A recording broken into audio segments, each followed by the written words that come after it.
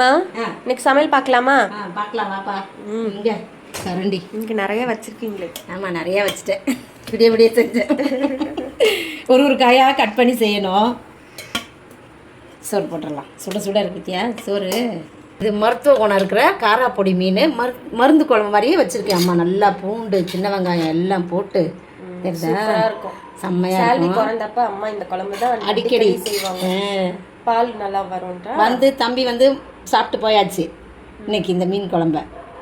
இந்த மீனே வறுத்தா எப்படி இருக்குன்னு பார்த்து இன்னைக்கு வறுத்தோம். பார்க்கலாம், இந்த டேஸ்ட்டு பார்க்கலாம். அப்புறமா வெண்டைக்காய் பச்சடி நம்ம தோட்டத்தில் வந்த வெண்டைக்காவும் கடை வெண்டைக்காவும் கலந்து வச்சுட்டேன் நான்.